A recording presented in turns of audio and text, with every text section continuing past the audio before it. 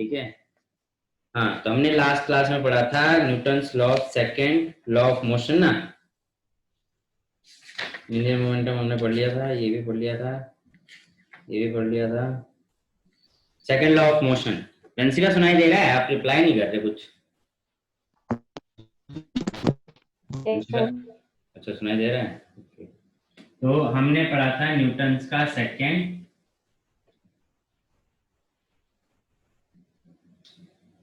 Law, जिसका दूसरा नाम क्या था ईशा? दूसरा नेम क्या था इसका? क्या कहते हैं, लॉ ऑफ मोमेंटम होगा। लॉ ऑफ मोमेंटम है ना। इसका दूसरा नाम था law of momentum. Law of momentum ये क्या कहता है? लॉ ऑफ मोमेंटम कहता है कि अगर आप किसी बॉडी के ऊपर फोर्स लगेगा तो वो फोर्स डायरेक्टली डिपेंड करता है प्रकृति। अब आइए, वो फोर्स डायरेक्टली डिपेंड करता है, किसी बॉडी के ऊपर फोर्स लगेगा तो वो डायरेक्टली डिपेंड करता है the rate of change of momentum in a particular direction of force. ठीक है, यानी कि प्रकृति, ये तो है। तो फोर्स क्या हो गया? Force is equal to DP by D T, यानी the rate of change of momentum is directly proportional to applied force in the same direction of force. ठीक है रंशिका, प्रकृति कहाँ रह गए थे आप?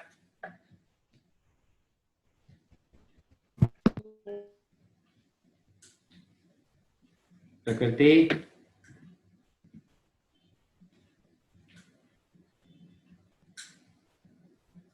आवाज ही नहीं आ रही सर। वो मैसेज कर दिया, कनेक्शन नहीं आया था उसका। सर। कनेक्शन ओके, माइक नहीं चल रहा। ओके,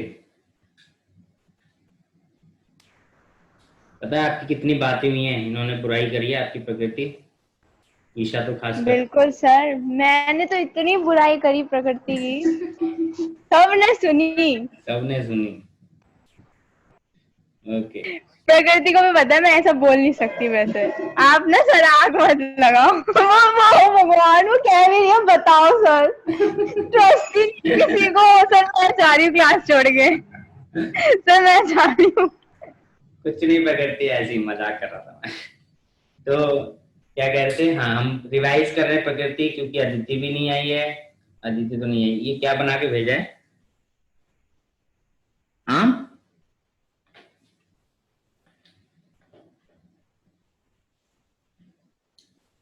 चलो फिर हम सब ऑलमोस्ट तो सभी आ ही गए हैं, बस एक अदिति नहीं आई है और चारू का कुछ आता पता नहीं है, वो भी लास्ट क्लास में नहीं आई थी। तो सब लोग आ ही गए हैं, तो हम क्लास को कंटिन्यू करते हैं। लास्ट क्लास में जहां तक हमने टॉपिक को छोड़ा था, हमने टॉपिक को छोड़ा था इम्पल्स पे, है ना। इम्पल्स हम कर रहे थे, तो मैंने बताया था इम्पल्स क्या होता है, तो हम इम्पल्स से स्टार्ट करते हैं, कंटिन्यू करते हैं।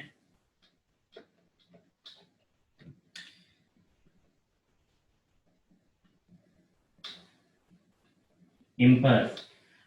Impulse, when a small amount of when a large amount of force is applied on a body for a small time period, then it is known as, the impact is known as impulse. तो force की वजह से किसी body पर अगर impact लग रहा है जिसमें लार्ज फोर्स किसी बॉडी के ऊपर बहुत स्मॉल टाइम के लिए लग रहा है, तो उसे हम क्या कहते हैं? इम्पल्स। ठीक है, यहाँ डिनोट किससे करते हैं? जे से, which is equal to F into delta T. F into delta T, large amount of force for a small time period, that is impulse. Force vector quantity है तो impulse भी वेक्टर क्वांटिटी है। ठीक है, तो ये हो गया आपका impulse। दूसरा एग्जाम्पल मैंने आपको बताया था कि इसके कुछ एग्जाम्पल्स बताए थे, जैसे कि कोई भी इंसान अगर एक छत से गिर जाए, थोड़े टाइम के लिए वो एकदम से कितनी लार्ज अमाउंट ऑफ फोर्स से वो नीचे गिरता है, बट जब उस फ्लोर पे टकराता है तो बहुत स्मॉल टाइम के लिए लगाता है। Hitting a ball by a bat, जब आप बॉल को बैट से हिट करते हो तो आप लार्ज अमाउंट ऑफ फोर्स से हिट करते हो, बट जब बैट और बॉल को हिट करता है तो बहुत स्मॉल टाइम के लिए हिट करता है। ठीक है, तो ये कुछ एग्जांपल्स थे जिसमें इंपल्स का इफेक्ट आता है। क्लियर? इंपल्स का इफेक्ट आता है। अदिति कह रही है हाँ सर, मुझे अभी क्लास, मुझे लगा 4:30 बजे है।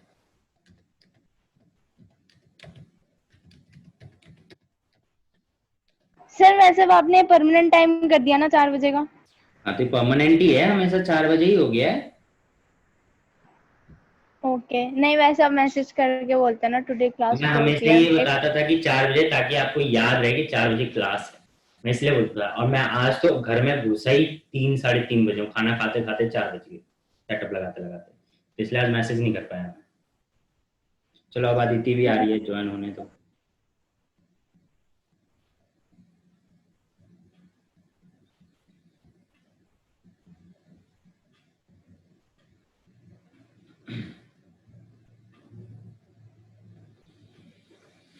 हम्म तो impulse या large amount of force applied on a body for a small time period is known as impulse. Example बोला था मैंने, a ball hit by bat for a small time period। जब आप किसी बॉल को बैट से hit करते हो स्मॉल टाइम के लिए, तो वो एक इम्पैक्ट क्रिएट करता है, दैट इज इम्पल्स। जब गाड़ी किसी गड्ढे भरे रोड पे चलती है, तो जो व्हील्स के सॉकर होते हैं, स्प्रिंग जो होते हैं, वो सोकर जब स्मॉल टाइम के लिए फोर्स इम्पैक्ट या एक्सर्ट एक्सपीरियंस करते हैं, तो वो भी क्या होता है, इम्पल्स होता है। ट्रेन की जो बुगीज होती हैं उनके बीच में रबड़ पैड होते हैं, आपने देखा होगा अगर आप ट्रेन में ट्रैवल करे होंगे, तो जो ट्रेन की बुगीज होती हैं उनके बीच में ज्वाइन करने के लिए ट्रेन रबड़ पैड होते हैं। अगर आप मेट्रो में तो ट्रैवल करते ही हो, तो आपने देखा होगा मेट्रो की बुगीज के बीच में रबड़ पैड होते हैं। वो इसलिए होता है कि जो बुगीज हैं वो आपस में जब टकराते हैं तो उनके इम्पल्स को कम किया जाए, ठीक है। तो इस तरीके से, तो ये सारा क्या कहते हैं, जो एग्जाम्पल है वो किसका है, इम्पल्स का है, ठीक है। सो इम्पल्स, तो इम्पल्स का हमने फॉर्मूला पढ़ लिया, एग्जाम्पल पढ़ लिया, डेफिनेशन मैं लिखवा चुका था। Now impulse momentum theory. Impulse momentum theorem, theorem को हम पढ़ेंगे। तो इम्पल्स मोमेंटम थ्योरम है हमारा आज का टॉपिक, जहां से मेन आपको नोट करना स्टार्ट करना है, impulse momentum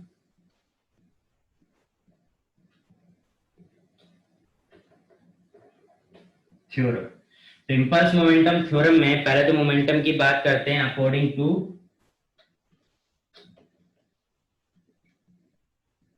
Newton second law. Newton second law क्या कहता है, न्यूटन सेकेंड लॉ कहता है F is equal to D P by D T. कहता है न्यूटन सेकेंड लॉ क्या कहता है, F is equal to D P by D T, यानी मोमेंटम बाय टाइम। तो यहाँ पे आगे देखोगे F D T is equal to क्या हो गया, डी पी, ठीक है। तो टोटल वैल्यू निकालते हैं।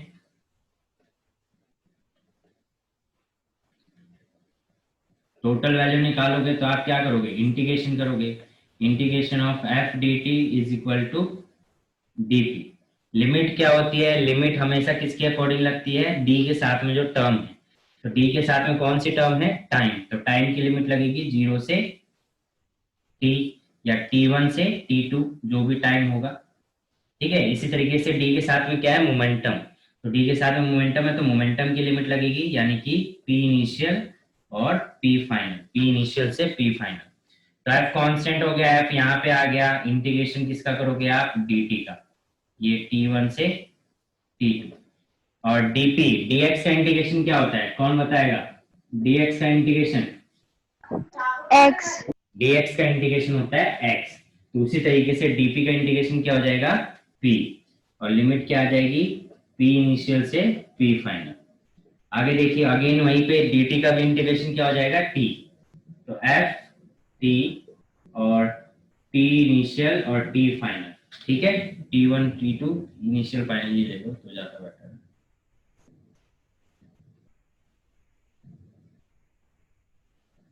ठीक है। इज इक्वल टू, अब लिमिट कैसे सॉल्व करते हैं, अपर माइनस लोअर। तो p final minus p initial, p final minus p initial. यहाँ पे भी क्या करोगे, f अपर माइनस लोअर, यानी t final minus t initial,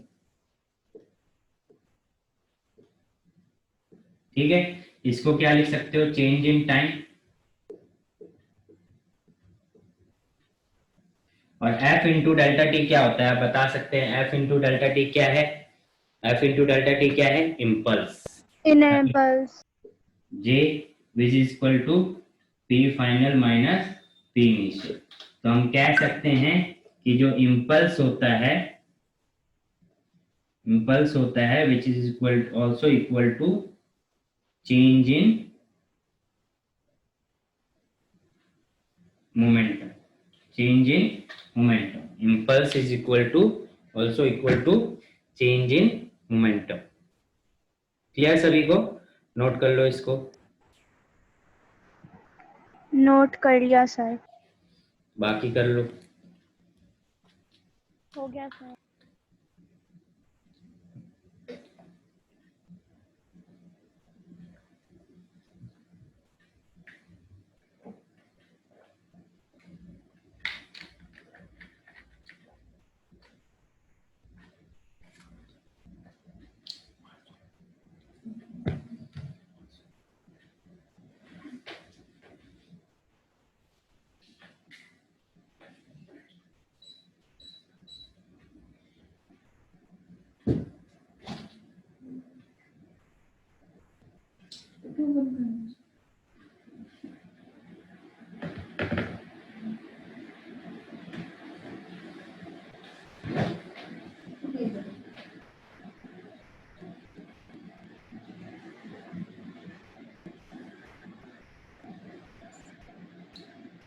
कर लिया नोट सभी ने? Yes sir.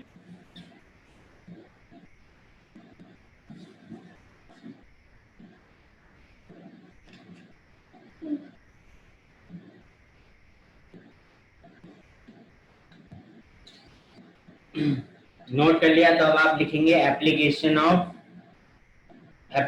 Of the impulse. Application of impulse. Impulse का एप्लीकेशन कहाँ कहाँ होता है, तो कहाँ कहाँ यूज होता है इम्पल्स, या कहाँ कहाँ पे लगता है, वो सारे एग्जांपल्स आप एक साथ लिख सकते हैं।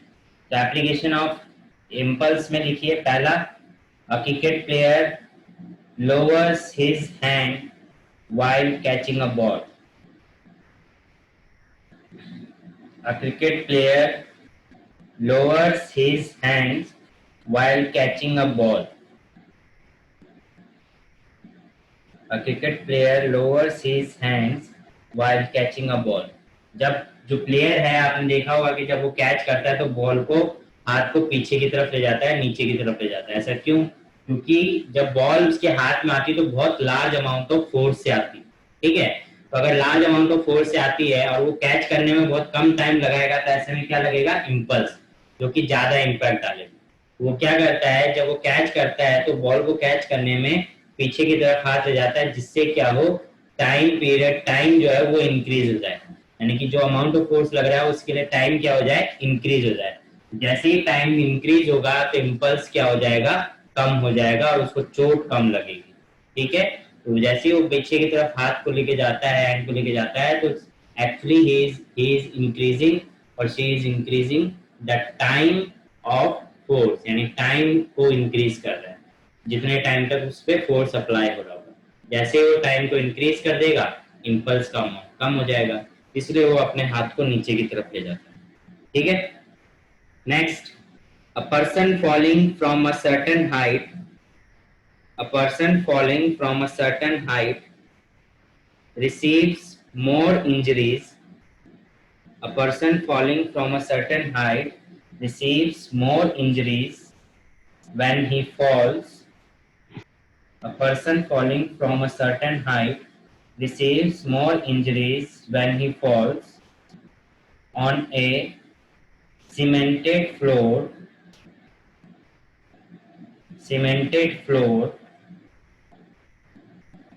then a person falling from a certain height receives more injuries when he falls on a cemented floor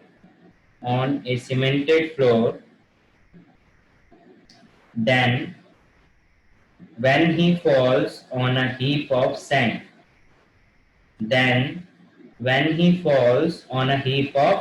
sand. Same concept है। अगर कोई पर्सन सीमेंटेड फ्लोर पे गिरेगा तो उसको चोट ज्यादा लगेगी। क्यों? क्योंकि टाइम बहुत कम हुआ, मतलब गिरेगा तो फोर्स ज्यादा है और टाइम कब है कांटेक्ट का। अब जैसे वो सैंड पे गिरता है तो सैंड में फोर्स तो ज्यादा है, बट जो कांटेक्ट का टाइम है वो क्या हो जाता है, इंक्रीज हो जाता है, क्योंकि सैंड क्या हो जाती है, बिखर जाती है। तो ऐसे में टाइम इंक्रीज हो जाता है, और टाइम इंक्रीज हो जाता है, इम्पल्स का इम्पैक्ट क्या हो जाता है, कम हो जाता है, इम्पल्स कम हो जाता है, इसलिए उसको चोट कम लगती है। ठीक है, तो person falling from a certain height receives more injuries when he falls on a cemented floor than when he falls on a heap of sand. Next, automobiles. Automobiles means car, bikes and all. Car, buses, etc. Automobiles are provided with shockers. Automobiles are provided with shockers.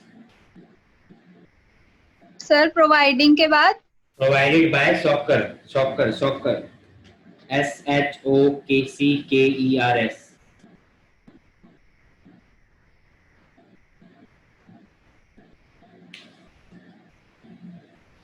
ठीक है, ये वही चीज है shocker, यानी कि जो spring होती है व्हीकल्स में, ताकि जो गड्ढे वड्ढे आते हैं उसमें जब व्हील जाता है तो वो क्या करते हैं, टाइम को इंक्रीज कर दे। सारा कॉन्सेप्ट टाइम से है, टाइम को इंक्रीज कर देगा।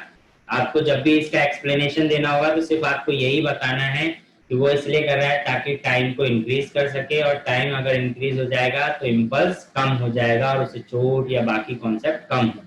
ठीक है, आपको ये मेन हिंट याद रखना अपने आंसर में, एक्सप्लेनेशन में लिखने के लिए। नेक्स्ट लिख सकते हो, buffers are provided, buffers are provided between the bogies of a train, are provided between the bogies of a train.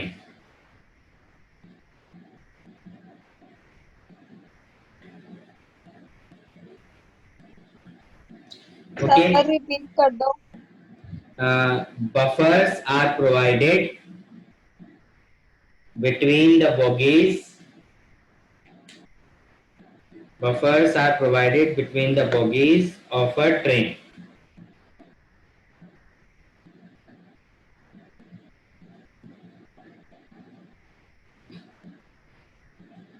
Okay, done.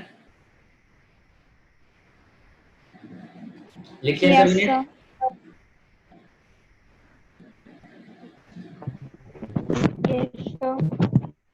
ठीक है, तो अब इनके बेस पे, इसके बेस पे, इम्पल्स के बेस पे कुछ न्यूमेरिकल्स होते हैं वो करते हैं। तो पहला न्यूमेरिकल हम देखिए करते हैं। न्यूमेरिकल करना जरूरी है क्योंकि कॉन्सेप्ट वहीं से बनेंगे।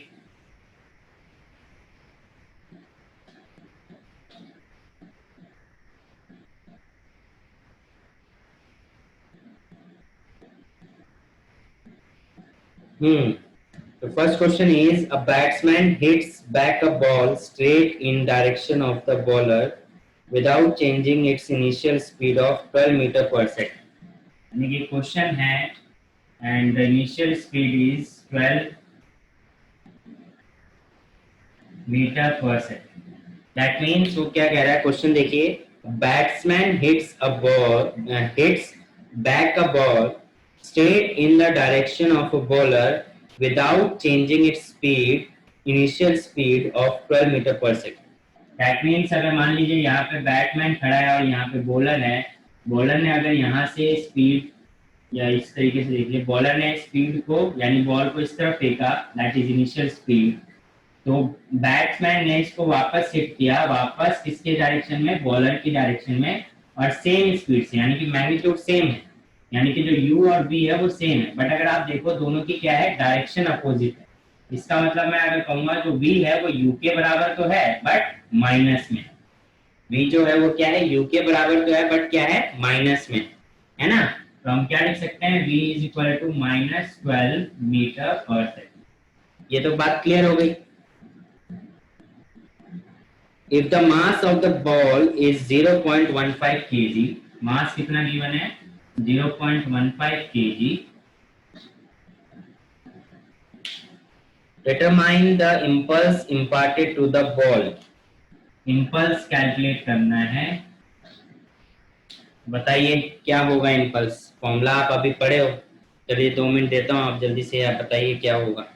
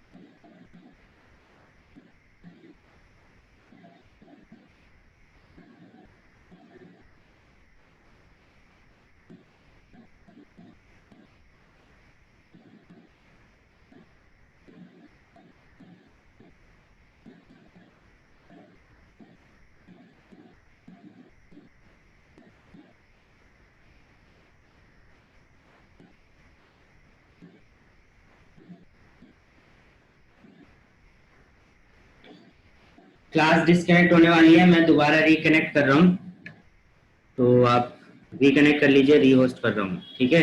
40 मिनट्स हो गए।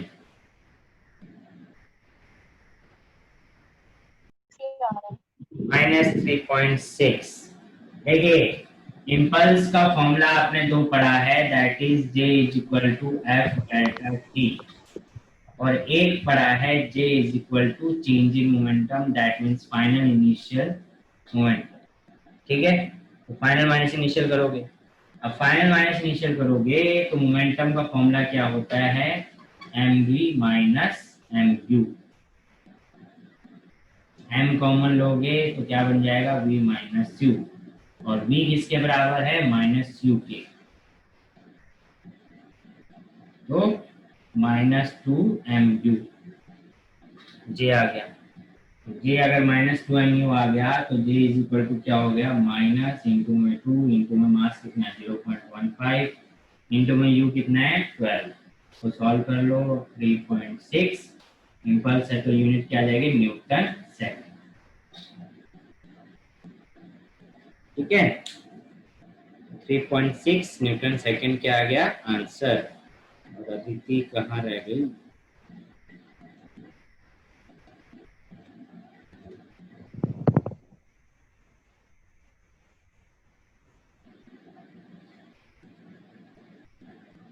क्लियर है, बिल्कुल क्लियर है।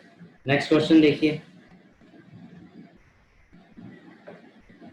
नेक्स्ट क्वेश्चन बोल रहा हूं मैं, आप लोग वैल्यूज लिखेंगे और सॉल्व करके बताएंगे। अ क्रिकेट बॉल ऑफ मास 150 ग्राम, अब ये खुद सॉल्व करके बताओगे आप, वैल्यूज भी खुद ही लिखोगे।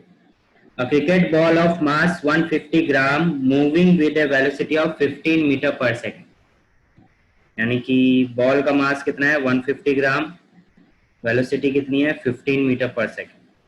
A cricket ball of mass 150 gram moving with a velocity of 15 meter per second is brought to rest by a player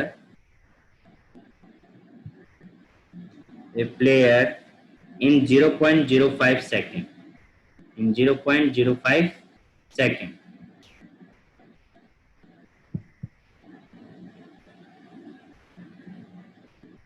Calculate the impulse and the average force exerted by the player. Calculate the impulse and the average force exerted by the player.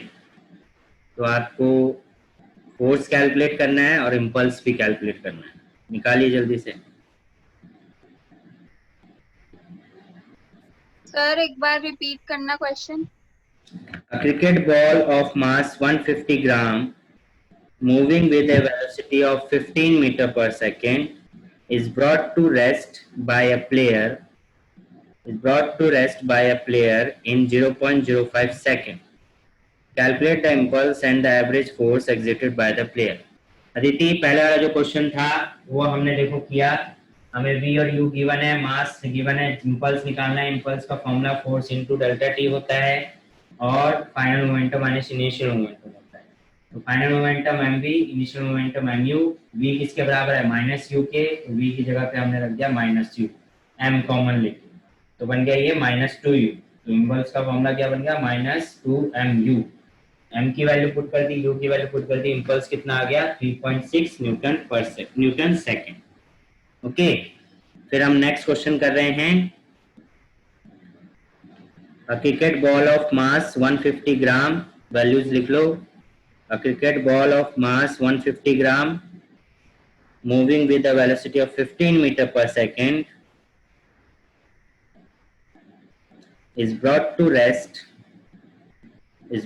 rest by a player in 0.05 second. By a player in 0.05 second. Calculate the impulse and the average force exerted by the player.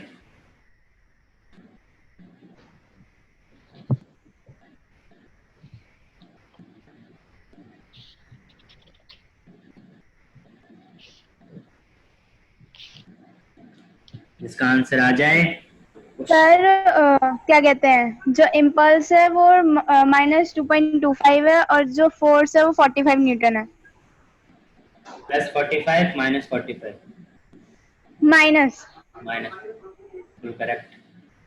और किसी का आ रहा है? अंशिका आपकी आवाज नहीं आ रही। मैं फोर्स निकाल रही हूँ।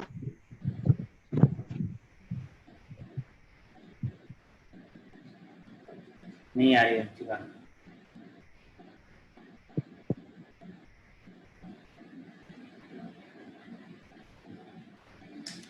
देखिए सिंपल है, बहुत सिंपल है, इसी क्वेश्चन से रिलेटेड है। मास कितना गिवन है? 15 ग्राम है ना? 150 ग्राम, सॉरी 150 ग्राम है sir. 150 gram, 150 gram mass given है। Moving with a velocity of 15 metre पर सेकंड, यानी इनिशियल वेलोसिटी होगी 15 मीटर पर सेकंड।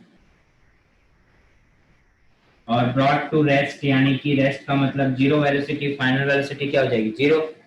कितने टाइम में? 0.05 सेकंड। अब आपको क्या निकालना है? इम्पल्स और फोर्स निकालना है। इम्पल्स और फोर्स। तो इम्पल्स इज इक्वल टू क्या होता है? चेंज इन मोमेंटम, यानी कि मास, वेलोसिटी और वेलोसिटी। तो मास कितना है? इसको 150 ग्राम को केजी में कन्वर्ट करोगे तो कितना बनेगा? 0.15 केजी। 0.15 केजी, क्योंकि ऐसा यूनिट में कन्वर्ट करना पड़ेगा।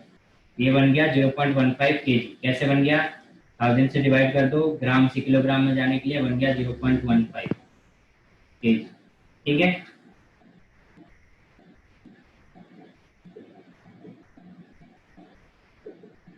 फाइनल वेलोसिटी कितनी है? 0, इनिशियल 15, तो क्या आ गया? माइनस 0.15 इंटू 15, कितना आ गया? 15 का स्क्वायर 225 और 2 पॉइंट ये और ये आ गया 2.25 न्यूटन सेकंड। अब जो ये तो आ गया इम्पल्स। अब इम्पल्स किसके बराबर था? Force into delta time. ये तो -2.25 है। ठीक है, तो F इज इक्वल टू क्या आ जाएगा? -2.25 अपॉन में डेल्टा टी, यानी कि टाइम। तो टाइम कितना दे रखा है? 0.05, तो -2.25 अपॉन में 0.05 which is equal to 45, which is equal to -45 newton. -45 newton. ठीक है, -45 न्यूटन, यहाँ लिख देते हैं फोर्स आ गया -45 न्यूटन। सर मैं तो लॉन्ग मेथड में चली गई। रॉन्ग मेथड में चले गए आप? सर मैंने ध्यान नहीं दिया, वो मैं क्या कहते हैं, इम्पल्स तो निकाल लिया चेंज इन मोमेंटम करके, और मैंने पूरा मास एक्सेलरेशन सब निकाल दिया फोर्स के लिए। ओहो, सर मैंने ध्यान नहीं दिया जल्दी जल्दी में। यही तो, बट आंसर तो सेम ही आया फिर भी। आंसर तो सेम आएगा बेटा, बट बात तो यही है ना कि टाइम कैसे बचाना है, यही तो मेन खेल है। चल आगे से अब ध्यान रखना पड़ेगा। चलिए एक और क्वेश्चन करते हैं, थोड़ा और कॉन्सेप्ट क्लियर होगा। ये तो सॉल्व करके दिखाएंगे, जल्दी से बताएंगे सभी, ठीक है। अभी ईशा, अगर आपका आंसर आ जाए तो आप शांत रहना, आप मेरे को प्राइवेटली चैट पे लिख देना, बाकियों का देखो मैं आंसर आ रहा है नहीं आ रहा। Okay sir. While launching a rocket of mass 2 into 10 raised to power 4 kg, इसको मैं रख कर दे रहा हूँ।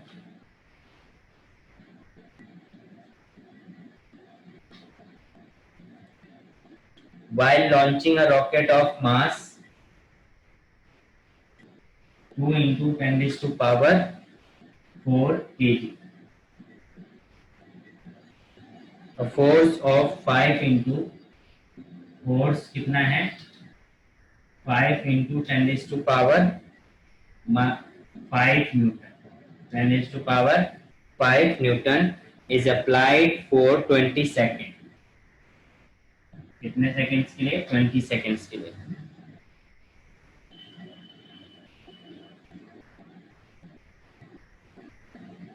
Calculate the velocity attained by the rocket at the end of 20 seconds. Calculate the velocity attained by the rocket at the end of 20 seconds, यानी जैसे ही 20 second complete होंगे तो रॉकेट की फाइनल वेलोसिटी क्या होगी वो निकालना है। करिए, चलिए बताइए।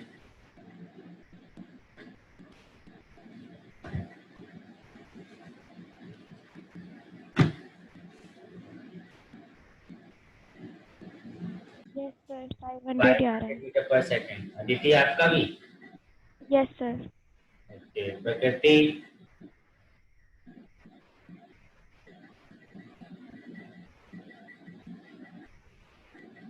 Vanshika? Yes sir. Sir same है। नहीं आ रहा है? ओके। प्रकृति का नहीं है आंसर अभी तक। सर हो गया।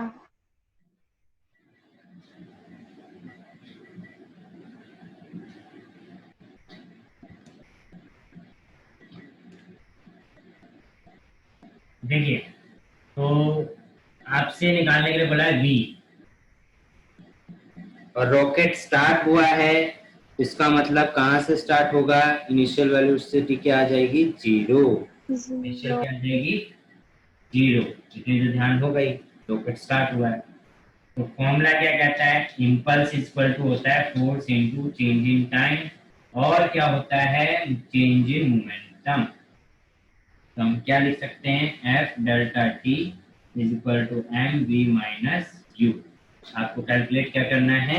v कैलकुलेट करना है। तो f कितना है? f है 5 into 10 raise to power 5 into time कितना है? 20 सेकेंड, और मास अगर अपॉन में आ जाएगा तो कितना आ जाएगा? 2 इंटू 10 रेज़ टू पावर 4, और ये आ जाएगा v minus 0। v is equal to क्या है? इसको सॉल्व कर लीजिए। ये कितना आ गया? 5 इंटू 10 रेज़ टू पावर 6 और 10 रेज़ टू पावर 4, तो कितना बच गया? 500 मीटर पर सेकंड। सो इजी था,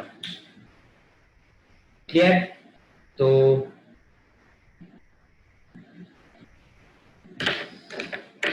किसी को कोई डाउट? No sir. कोई डाउट नहीं। देखिए, आज की क्लास यहीं पे समाप्त करते हैं क्योंकि दूसरी क्लास स्टार्ट होनी है, और आप लोगों ने आज काफ़ी हंसी मजाक किया, मैंने भी किया, ठीक है। तो धीरे धीरे आप अपने एक दूसरे को जान रहे हैं, अच्छी बात है, बातें करो, इंट्रोड्यूस करो, ग्रुपिज्म होना चाहिए थोड़ा बहुत, अच्छी बात है, ठीक है। तो क्या कह रहा था मैं? हाँ, तो आज की क्लास पे इतना ही, बाकी हम पढ़ेंगे नेक्स्ट क्लास में। और नेक्स्ट क्लास से ध्यान रखना, 4 बजे क्लास होती है, 4 बजे फिक्स हो गया है, 4 बजे ही क्लास होगी टीटीएस, ठीक है। तो फिर मिलते हैं नेक्स्ट क्लास में, टिल देन बाय, पढ़ाई करें। Have a good day sir. और मैं और सर आप नोट्स भेजूंगा गूगल क्लासरूम में चैप्टर 5 के, तो उसमें क्वेश्चंस हैं, उन क्वेश्चंस को सॉल्व करके आप अपलोड करेंगे, ठीक है। Okay sir. क्या कह रहे थे ईशा? सर मैं वो क्या कहते हैं वही पूछ रही थी कि टेस्ट फाइनल है ना इस बार। हाँ, चैप्टर 4 का टेस्ट होगा वेक्टर का संडे को। Okay sir. Sunday chapter 4 vector test 4 बजे शाम को संडे। Decided, final. सर भूल मत जाना इस बार भी। दूंगा मैं, अभी अपलोड, अभी शेड्यूल कर दे रहा हूँ, अभी बैठ के शेड्यूल कर दूंगा। 4 बजे हाजिर हो जाएगा आपके पास। Okay sir. चलिए फिर मिलते हैं नेक्स्ट क्लास में। Bye bye. Have a good day sir. Thank you.